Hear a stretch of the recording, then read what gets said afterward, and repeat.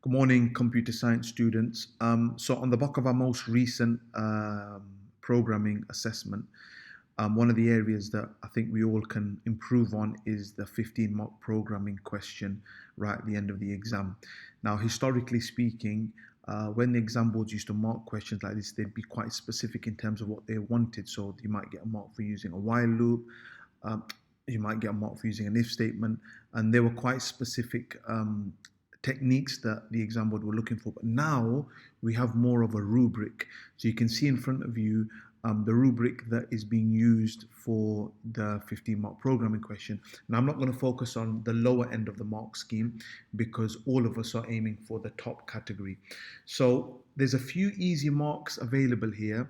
You can see on the section on the right, just the programming being commented, you get marks for that. Using suitable identifying names that have meaningful purpose in your program.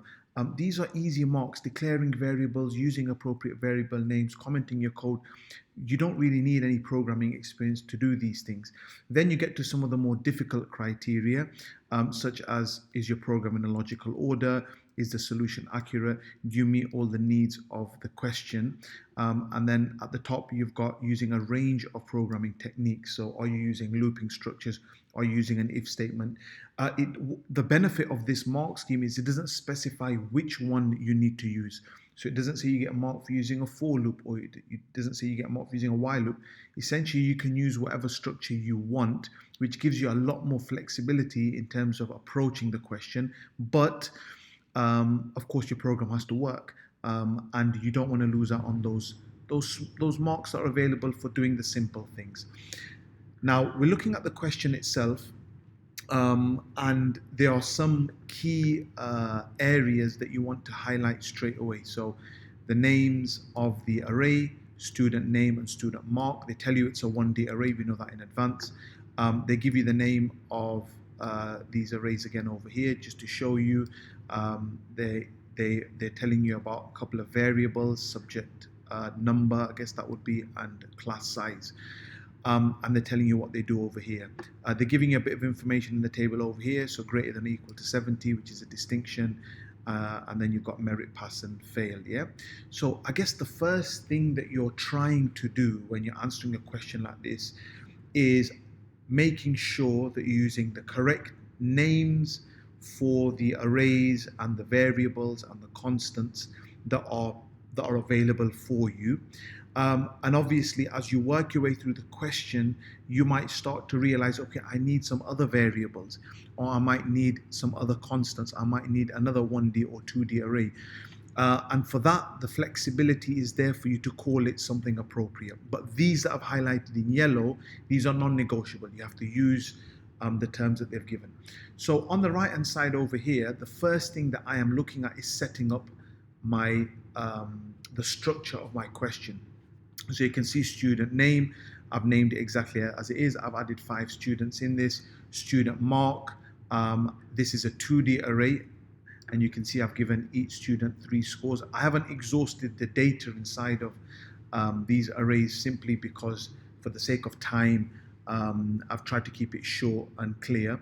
Then you've got these variables, class size and subject number. So you can see on the right side, I've commented, declare class size, subject number as integer, and then I've initialized them underneath as well. I've made class size, it says class size contains the number of students in the class, so I've given it length of student name, because that will be 1, 2, 3, 4, 5. And then subject number will be the length of student mark, and I've just picked the first set of data, so 1, 2, and 3, so subject number will be initialized to 3. The reason why the exam would want you to do it like this is because if I add another name over here, let's say I add a second name, not a second name, a 6th name onto this list, it doesn't really make any difference to the program. Class size will automatically look at the length of student name when I run the program, and therefore the exam board don't want you to set it to a particular number, because if you change the data in the array, then obviously you have to then find a variable and change the number in the variable, whereas this does it automatically for you. If I wanted to, as I work my way through the question, I might decide, okay, I actually need a couple of other variables. Most most likely I'm going to be using a for loop to iterate through an array. So I'm going to declare count, variable called count, and I'm going to make that an integer. Okay, I might declare, let's make a constant as well. So let's make constant, and let's do distinction. So constant distinction, and I'm going to make that equal to, is greater than or equal to 70. I might declare another constant, and that would be merit, and I would make that equal to more than 55. I can use that, and then I can add on another one for pass and for fail. I can initialize these as well, and I can do this in Python. I don't necessarily need to comment this, but distinction is going to start off as 70, and merit is going to start off as 55. And that's important because whilst these are there for the examiner to show that you understand what you're doing, but obviously in terms of Python needs it in Python code, not as a comment.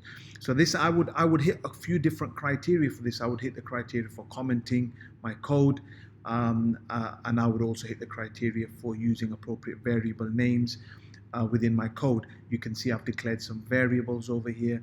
I've declared some constants over here, and I've also noticed when I'm reading through the question that I'm going to have to calculate the average of each student. So over here it says calculate the average of each student, and so then I'm thinking about this. So how am I going to do that? So each student has got 3 sets of scores. Later on I'm going to have to print them all off.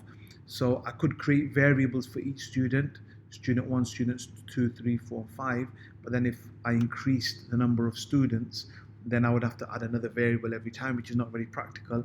So most likely I'm also going to need another array within which I can store the total marks for each student, which allows me then to calculate the average. So in this instance, I will use total scores, another appropriate name, and I'm going to make that an empty. And just to initialize it, let's start off everyone on 0, and I need to times it by something.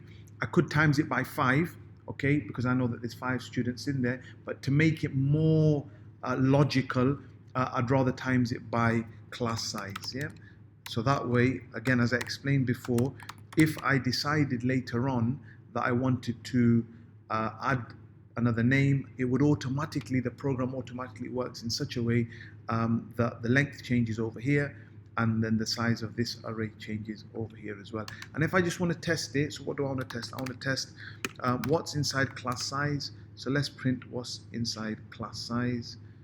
Okay, let's also print what's inside subject number, see if the subject number is correct. And let's also just print off our total scores, and let's see if that works. I'm going to run the program at the bottom over here, and you can see the length of class size is 5, 1, 2, 3, 4, 5, which works. Subject number, we have 3 subject numbers over here, so that works. And my array is ready to store the total scores, which I can then use for average later on in the program, and you can see it's created 5 spaces. So I know that now I've set my program up ready to go.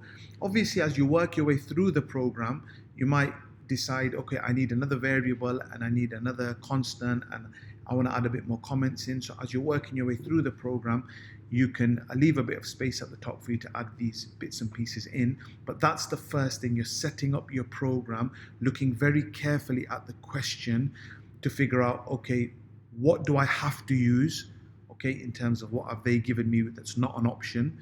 And then number 2, what are the variables, what are the constants, and what are the 1D or 2D arrays can I potentially use in my program ready for me to start programming. So that's your first thought process. So I'm going to stop the video there. You can obviously have a look at the question yourself, see if you can do this as well without without having the help and support of the video, but doing it just by looking at the question. Yeah, so good luck with that, and I will start off on the second video actually answering the question itself. Yeah, thank you, ladies and gents.